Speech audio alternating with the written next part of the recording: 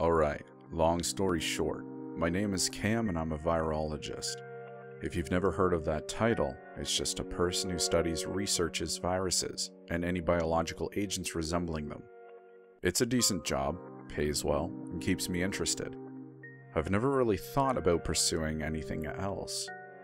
That was until late last night. We've discovered something very bad. I was part of a 5-person team in a small lab situated up in the mountains of a Western European country. I'm not going to give too many specifics here. The project was spearheaded by a particularly exceptional microbiologist. Let's call him Hathaway. Now, Hathaway had been on vacation for a while in South America. Everybody who worked closely with him or knew him well thought this was incredibly strange. I mean, the guy, he never took a break. However, it all made sense when he came back. He looked like absolute hell. There were heavy bags under his eyes and scratches all over his face. He was jittery as all hell and could barely string together a coherent sentence. As we would later learn, he was never actually on vacation. I guess you could say that it was more like a business trip of sorts. Apparently, he'd been in contact with a colleague of his based in Chile. He'd been informing Hathaway about some peculiar events occurring in a small village near the coast. Something to do with a potential unknown disease. The specifics remained a mystery to us at the time. All Hathaway said was that it was worth looking into. What worried a lot of us were the cuts on his face and his forearms.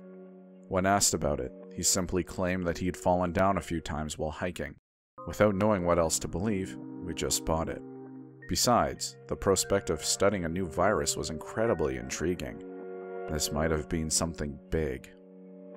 We got to work right away, as the 5 of us, me, Hathaway, Jake, Beth, and Colin, congregated in the main lab Hathaway carried in what appeared to be a fortified glass tank containing a single bird. It was an Andean condor, native to Chile. I'll be honest, I was a bit worried at that point. We didn't even bother asking how he got it past border security. "Tell me this isn't some derivative of the bird flu," Jake asked. "No," Hathaway responded. I have no idea what it is, actually." We all collectively raised our eyebrows at this. "You see, it's definitely not airborne. You can touch the bird as much as you like. Nothing will happen to you. It's transmitted some other way." That's when I noticed that the bird was actually blindfolded. I don't know why I hadn't earlier, why nobody had even pointed it out. I guess my subconscious wasn't expecting such a bizarre sight. "Don't tell me it has something to do with that," I asked, pointing to where its eyes should have been. Everybody else seems to catch on to the strange detail. Hathaway stayed quiet for a second, staring at the ground before finally nodding. "Are you kidding me?" Jake inquired. "How does that work?" "Wait, what the hell's even wrong with the bird?" I found myself blurting out. Although it was a fair question, upon initial glance at it, nothing at all seemed to be off. The only somewhat strange thing was that it hadn't moved much. Hathaway sighed. Not at first, right? He dug around in his bag and pulled out another, smaller tank. It was filled with beetles. "We'll do a demonstration here." He walked over to the bird tank and dumped all of the beetles in it. "Holy crap," I heard somebody mutter from behind me. Once Hathaway was finished, he turned back to us. His expression at the time was dead serious. In the gravest tone that I'd ever heard come from him, he spoke to us. "I'm about to take the blindfold off of the bird. Whatever you do, don't look at it. In fact, just leave the room. I'll tell you when you can come back." I think that we all hesitated for just a second when he said that. What the hell was going on? Eventually, we all just did as we were told. We stood out in the hall in absolute silence for maybe about 3 minutes. At that time, I couldn't understand why it took so long for him to take a damn blindfold off. But then the noises started. I can't even find a way to describe them. They couldn't have come from a bird, that's for sure. Or at least, they shouldn't have. If anything, it was like a screech, except extremely deep and guttural. And also, somehow discombobulated. A few seconds later, we heard Hathaway screaming expletives. It sounded like he was in pain. We stood there frozen, not knowing at all what to do. Eventually, we were called back in. Hesitantly, I went first. As soon as I stepped in there, I saw Hathaway disinfecting his hand, which was now cut open. As he started wrapping it up, I turned my attention to the bird. It looked the same as it was before. The only difference was that it was covered in beetle guts. So were the glass walls of the tank. After we'd all settled down from the initial shock, Hathaway tried to explain what the hell had just happened. Here's what I think. Somehow, this virus is transferred upon direct eye contact with an infected specimen. What the hell? Jake interjected. No, screw that. It makes absolutely no sense. You think I don't know that? Hathaway interrupted back. Just listen, alright? Anyways, there aren't any immediate indications when something's been infected. They'll act exactly the same as they were before, at least at first. It's hard to pinpoint exactly when they start changing.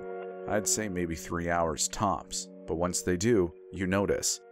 The best thing you can do is blindfold them. That way you can't get infected and the subject loses all of its symptoms.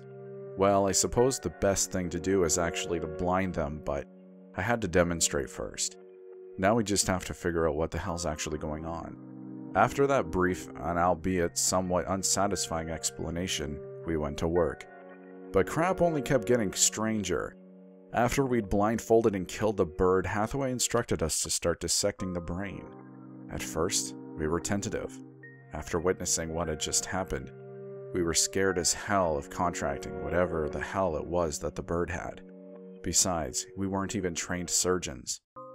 However, Hathaway insisted that the only way this virus could be transmitted was by eye contact. As strange as this all was, we just went along with it. His reasoning for dissecting the brain first was that he'd made the assumption that this virus must be affecting the host on a mainly psychological basis. As it turns out, he was right. Once the brain was exposed, we noticed something truly inexplicable. Something was moving around in there. We all turned to Hathaway, hoping for further explanation. "It's a parasite?" Beth asked, looking mortified. Hathaway shook his head, looking incredibly confused. "No, it shouldn't be. The bird's been alive for weeks after infection. I see no signs of physical deterioration, no nutrient deficiencies, none of that." We were all absolutely baffled at this point. What kind of virus is large enough to be visible? We just stared at it, not knowing what to do. Then, out of nowhere, the brain started bulging outwards. Hathaway's face dropped.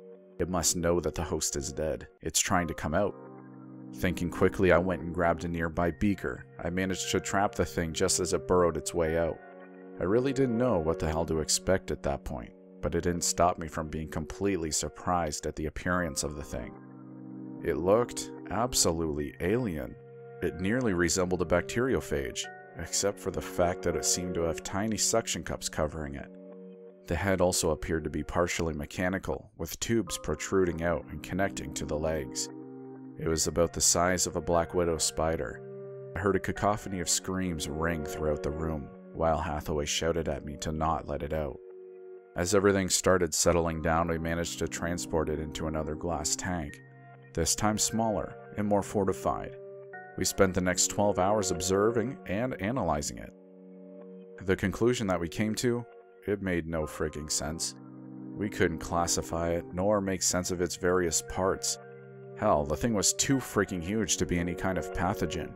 We would have written it off as some kind of undiscovered jungle creature, but the fact remained that it seemed to affect the behaviors of its host organisms. Eventually, we decided to just secure and leave it, planning to continue our research the next day, even though that was unlikely to yield any solid results. Most of us even considered just turning it over to the government. We sure as hell didn't know what to do with it. However, Hathaway declined that proposition. "We'll figure out what it is," he claimed, sounding somewhat unconfident. "This is big, alright. I'm not letting it go just yet." Tired as hell and not wanting to get into an argument, we all decided to head off to our separate temporary dorms in order to get some rest. What a big mistake that was. We should have burned that thing right then and there. I remember lying in bed that night when a troubling thought crept into my head.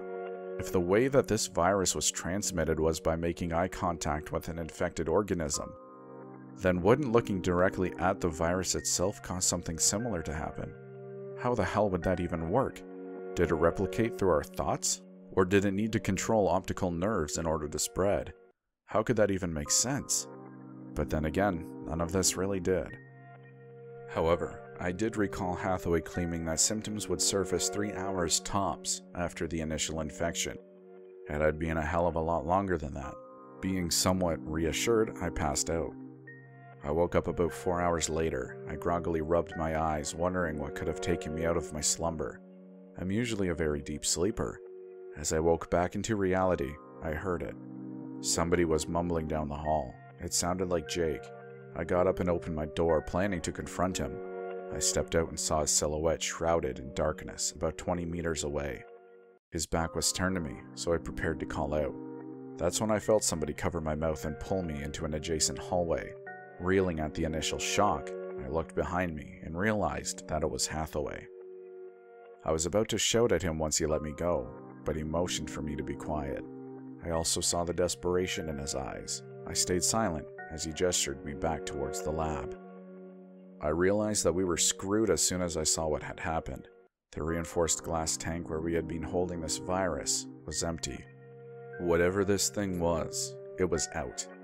Don't look into his eyes, Hathaway told me in reference to Jake. We weren't careful enough. It must have infected him. Did he open the freaking tank? I asked him. He shook his head. No way. You need a password for it. It's not even written down anywhere. Only I know it. I looked back at the tank in abject confusion. There weren't any cracks on it or anything. There was no feasible way out. Then how the hell? I began to ask him, but he cut me off. Look, I don't know. Maybe there's a lot more about this thing that we can't understand. He sighed, throwing his hands behind his head. My mind started racing. If this virus, or whatever it was, could have escaped at any time, then why didn't it make a move earlier? This thing must have been smarter than we'd anticipated. I guess it somehow knew that it had a better chance of escaping when nobody was monitoring it. But how did it escape? My thoughts were interrupted when we heard a knocking coming from outside the lab door. Hello? A voice called out. It was Colin. I got up to open the door, but Hathaway pulled me back. What the hell? I barked at him. Let him in before he sees Jake. What if he already has? Hathaway responded. And then I thought about it. It takes around 3 hours for the symptoms to manifest, so even if he's been infected, he wouldn't know it yet. The hell are you guys doing in there? I can hear you. Let me in. Jake's being really freaking weird. It's actually kind of scary. Weird how? Hathaway asked. Well, he woke me up when he walked past my door. Actually, I think he was standing right outside. Yeah, he was mumbling something. I opened the door and asked him what the hell he was doing. It was dark, but I could tell that he was just staring at me. And then he started rambling. It was absolute nonsense. He was stringing words together, but none of it made any sense. After a while of him not responding to a word I said, I gave up and walked past him. That was like 5 minutes ago. Look, are you guys gonna come out or what? What are we supposed to do? Hathaway and I exchanged worried glances. If Jake really was infected, then so was Colin. We didn't move. For frig's sakes, what are you doing? Colin went on, sounding more agitated now. Is there a reason that you won't let me in? That was followed by silence. A few seconds later, we heard him mumbling something. Crap. Tell me that Jake wasn't infected. I guess our silence was enough of an answer. No freaking way. So what happens next? Hathaway, what the hell am I supposed to do then? Hathaway just sighed and shook his head. I don't know. I'm sorry. We heard him shout some more expletives before walking away, fuming. We sat there for a while after that, having no idea what to do. Is there an emergency escape in here? I asked him. No, but it wouldn't matter anyways. We can't let those guys out of here. I've yet to see what effects it has on a human, but it can't be anything good. And don't even ask me about a cure. I don't know. So what are you saying? I asked him, dreading the answer. Best case scenario is that we blindfold and restrain them before they show any signs of aggression. He sighed, looking down at the ground before continuing.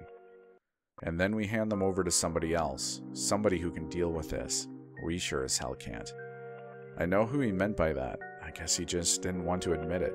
Hathaway pulled out 2 rolls of duct tape as well as what appeared to be 2 tranquilizer guns. I didn't bother asking why he had them. Slowly and quietly, we opened the door and walked out into the hallway. The lights above were dimmed, so we could see, but not that well. I was terrified at this point. I kept thinking about that damn bird. I didn't see what it actually did, but the results spoke volumes. I did not want to witness how that translated over to humans. We walked down various corridors for about 5 minutes before we heard a soft voice to the hallway to the left of us. It was Jake. This is roughly what he was saying. In time. Where in time? It doesn't make sense. I know that it doesn't. So what do? I can't stay like this. Obviously, this made no sense. What was even weirder was his tone. It wasn't devoid of emotion. In fact, it was quite the opposite. He sounded genuinely confused and afraid, barely making any sound. Hathaway peeked past the corner, his vision aimed at the floor, presumably trying to avoid eye contact. However, as soon as he did this, he screamed and jumped backwards. I asked him what he'd seen, but he wouldn't turn to face me. A second later, I found out why. I saw him. I saw his face. When I peered over, he was lying on the floor, staring right at me. Oh my.